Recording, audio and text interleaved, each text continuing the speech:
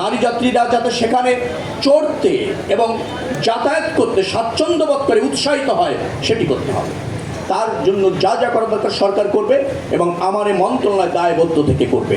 এই কারণে বলছি, আমাদের প্রচুর সাংবাদিক বন্ধুরা এখানে আছেন, নিশ্চয়ই তারা আশা করেন যে এই উদ্যোগটা যাতে টেকসই হয়। উদ্যোগটা সময় উপযোগী এবং প্রয়োজনীয়, কিন্তু এটাকে ধরে রাখা, টেকসই রাখা, সমৃদ্ধ করা, প্রসারিত করা সেটা চ্যালেঞ্জ। কিন্তু সেই চ্যালেঞ্জ নেওয়ার জন্য এই মন্ত্রণালয় প্রস্তুত আছে, আমি সহ আমার টিম প্রস্তুত আছি।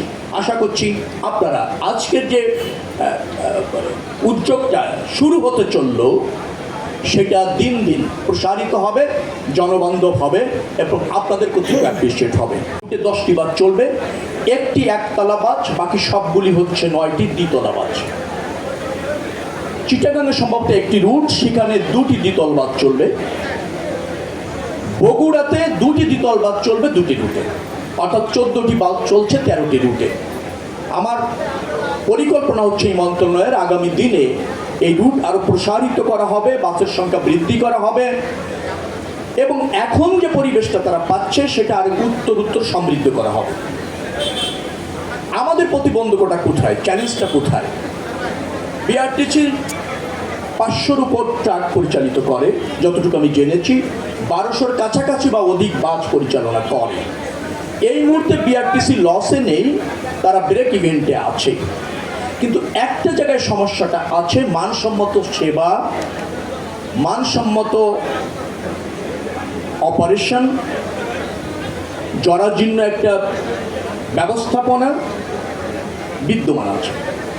কিন্তু সময়ের সাথে এটাকে ঢেলে সাজানো, যুগ উপযোগী করা, যাত্রীবান্ধব করা, রুটটা আরও রেশনালাইজ করা, এটার প্রয়োজন আছে বিধায় আমার কাছে মনে হয়েছে। সে কাজ চলমান। নতুন করে ডিটিসি এর প্রধান এখানে আছেন। আমরা অনেক রুট পেয়েছি যেই রুটের অস্তিত্ব নাই কিন্তু রুট পারমিট আছে, আবার অনেক রুট আছে পারমিট নাই, বাস চলছে, কারণ এগুলি অনেক আগে করা হয়েছে। আমরা এখন ঢাকা শহরে যাত্রী বান্ধব এবং যাত্রীর আধিক্য চাপ বিবেচনা করে যানবাহনের রুট পারমিট এবং ওই রুটের রেশনালাইজ করে নতুন করে চিহ্নিত করতে চাই, নিশ্চিত করতে চাই এবং ব্যবস্থাপনা প্রতিষ্ঠা করতে চাই। ইভি বাস আসবে, আপনারা ইতিমধ্যে জেনেছেন 200 ইভি বাস আমরা ডাইরেক্ট পারচেস প্রকিউরমেন্টে গিয়েছি, কারণ প্রকল্প আকারে যদি যাই, এটা প্রকল্প আকারে উপস্থাপন করা, পাস করা, টেন্ডার করা ইন্টারন্যাশনাল, এতে আমাদের 1.5-2 বছরের মতো লেগে যায়, মিনিমাম 1.5 বছর লেগে যায়। যার ফলে আমাদের যদি আমরা বলি গ্রিন ফুয়েল আর গ্রিন আপনার ট্রান্সপোর্ট সার্ভিস যদি আমরা প্রতিষ্ঠিত করতে চাই, ফসিল ফুয়েলের আধিক্য থেকে যদি আমরা বেরিয়ে আসতে চাই, পরিবেশ এবং ঢাকার মাল্টিমোডাল যোগাযোগ ব্যবস্থাপনা প্রতিষ্ঠিত করবার ক্ষেত্রে ইভি বাস এখন খুবই জরুরি এবং এটা আমাদের অঙ্গীকারের অংশ, কারণ আমরা একটা মাল্টিমোডাল সিস্টেম ঢাকাতে প্রতিষ্ঠিত করতে যাচ্ছি। শুধু ঢাকাতে নয়, আমি মনে করি যে সারা বাংলাদেশে যে পরিবহন সেক্টরের একটা নতুন ডাইমেনশন ক্রিয়েট হবে, নতুন আপনার চরিত্র ক্রিয়েট হবে, যেটা যাত্রী বান্ধব হবে, মনোরম হবে, নিরাপদ হবে। সেই জন্য ইভি বাস আসছে। তাই যে 200 ইভি বাস আমরা ডাইরেক্ট প্রকিউরমেন্টে দিয়েছি, তার মধ্যে 100ই নারীদের জন্য আমরা রাখছি বিভিন্ন রুটে। তার মানে হচ্ছে রুট আরও বাড়ছে, বাসের সংখ্যা বাড়ছে, নারী বাস পরিষেবা নিশ্চিত হচ্ছে, শুধুমাত্র এই 3 জেলায় নয়, অন্যান্য বিভাগেও। এটি জাতির জন্য আমি মনে করি যে একটা সুন্দর দিন এবং আপনার স্মরণীয় দিন যে আমরা এটা চালু করতে সক্ষম হলাম অনেক সীমাবদ্ধতার মধ্যে, অল্প সময়ের মধ্যে।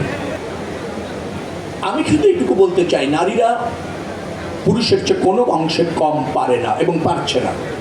মুক্তিযুদ্ধে তারা জীবন দিয়েছে, খেতাব পেয়েছে, তখন তো আরো বেশি ব্যাকওয়ার্ড ছিলাম আমরা।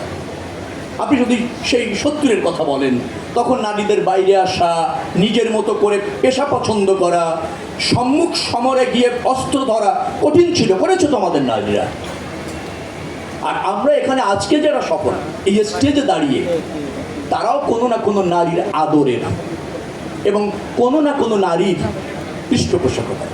অর্থাৎ আমরা সেই নারীদের জন্য রাষ্ট্রীয় অর্থনীতি, রাষ্ট্রীয় ব্যবস্থাপনায় একটা নিরাপদ স্বস্তির যাতায়াত নিশ্চিত করতে চাই, সহ অবস্থান নিশ্চিত করতে চাই। দেশের নাম্বার 1 ট্রেডিং অ্যাপ নিফটি ফার্স্টে পাচ্ছেন ট্রেডিং এর সব সুবিধা, dual exchange access, company analysis, portfolio তৈরি করা সহ আরও অনেক ইউনিক ফিচারের সাথে ট্রেড করতে ডাউনলোড করুন এক্ষুনি।